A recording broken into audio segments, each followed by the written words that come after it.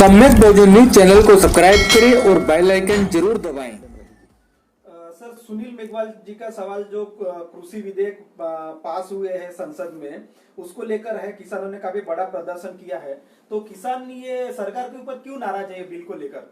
नहीं, ये बिल्स को अगर आप अच्छे से देखेंगे तो इसमें जो है, जो मार्केट को और फार्मर्स के बीच में जो कॉन्ट्रैक्ट सिस्टम का प्रोविजन किया है, ये 3 बिल्स को अगर इसमें एसेंशियल कमोडिटीज एक्ट को एक अमेंड किया है और जो 2 नए बिल्स इंट्रोड्यूस किए हैं, उसमें जो रिजोल्यूशन मैकेनिज्म है, यानी अगर मान लीजिए कहीं कोई गलत हो जाता है, कॉन्ट्रैक्ट गलत हो जाता है और गलत ढंग से एग्जीक्यूट होता है, तो उसमें जो आपका जो कलेक्टर लेवल तक का जो प्रोविजन दिया है, उसमें जो है वो फार्मर्स को फेवर नहीं करेगा, वो प्राइवेट कंपनीज को और पैसे वाले कॉन्ट्रैक्टर्स को फेवर करेगा। पॉइंट नंबर 1, ये सबसे मेजर इशू है।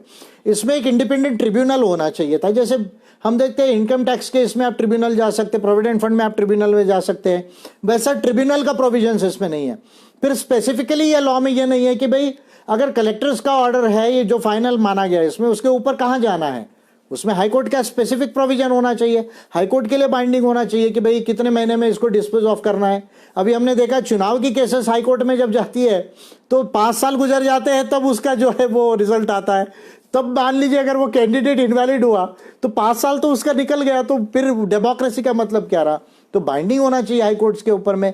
और फिर जो एमएसपी की जो प्रोविजन है, वो एमएसपी के प्रोविजन का जो है वो कहीं मिनिमम गारंटी भी नहीं दी गई कि किस तरह के जो क्रॉप्स या जो है वो पल्सेस है या कोई भी और कमोडिटीज है, उसमें एमएसपी जो है वो आएगा, उसका क्या मैकेनिज्म रहेगा, ये जो है वो इस लॉ में प्रोविजन नहीं है।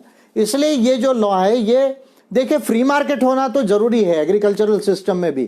केवल मंडियों के ऊपर या एग्रीकल्चरल मार्केट सोसाइटीज पर डिपेंड रह के ही किसानों को फायदा नहीं होगा। फ्री मार्केट तो लिमिटेड वे में आपको लाना पड़ेगा, लेकिन उसमें फार्मर्स को बेनिफिट हो, फार्मर्स को प्रोटेक्शन हो, ऐसा लॉ में प्रोविजन 2-4 मेजर प्रोविजंस करने से भी ये लॉ ठीक हो जाएंगे। वो इसमें नहीं है। और कोई मेजर डिबेट के, मेजर इस पे ओपिनियन लिए फार्मर्स लोगों के, और लोकसभा और राज्यसभा में भी मेजर डिबेट के, प्रॉपर स्टडी और रिसर्च के जो है, इसको जो है वो पास नहीं किया गया। इसलिए जो है मुझे लगता है कि डिफेक्टिव लॉज है और किसान लोग जो आंदोलन कर रहे हैं वो जायज है। सर, सुनील मेघवाल सर का सवाल था कि सर अभी जो नई पार्लियामेंट बन रही है, तो आपने जो बिल दिया था और एमएलए एमपी बढ़ाने की बात की थी, उसका कुछ असर पड़ रहा है? नहीं, मेरे वजह से ही भारत में 900 एमपी होने वाले हैं अभी। और जो सेंट्रल विस्टा प्रोजेक्ट हो रहा है, आपने तो मुझे भेजा ही नहीं फोटो, उसका काम चालू होगा तो भेजना, क्योंकि मुझे तो दिल्ली आने में समय है सुनील। तो जो है सेंट्रल विस्टा प्रोजेक्ट जो बन रहा है, तो उम्मीद 2 साल में वो बन के तैयार हो जाएगा। और जो 545 एमपी है लोकसभा में, वो 900 एमपी होने की उम्मीद है, पर वो शायद वो 2029 तक होंगे। और वो केवल नया पार्लियामेंट नहीं बन रहा है, बड़ा पार्लियामेंट बन रहा है, ये 900 मेंबर पार्लियामेंट्स को एकोमोडेट करने के लिए। तो जब मैंने जो 10 बिल दिए, उसमें मैंने लोकसभा में 1500 एमपी होना चाहिए कैलकुलेशन करके दिया, और लगभग 675 एमपी राज्यसभा में होना चाहिए, मेरे बिल का कैलकुलेशन था। उसी के बाद जो है मोदी गवर्नमेंट ने ये जो है वो डिसीजन लिया कि उनको समझ गया कि आदमी छोड़ेगा नहीं हमको जो है वो। तो और मैं कह रहा हूं, मेरे प्राइवेट मेंबर बिल आ रहे हैं और फिर मैं भी आ ही रहा हूं आगे में, तो इसलिए उन्होंने समझदारी ली और इसकी शुरुआत की। अच्छी बात है, भारत में एमपीज बढ़ना चाहिए, क्योंकि अभी 25 लाख पर एक एमपी हो गया, 3.5 लाख पर एक एमएलए है। ये प्रोपोर्शन ठीक नहीं है।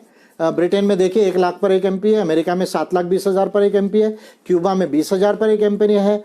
तो भारत में ये जो प्रोपोर्शन है वो बिल्कुल सही नहीं है। अभी जर्मनी लीजिए, 709 मेंबर पार्लियामेंट्स हैं वहाँ पर, जो हमारे लोकसभा जैसा जो है, हमारे यहाँ केवल 545 है। भारत की आबादी के बाद में सेकंड चाइना की और थर्ड अमेरिका की आबादी है।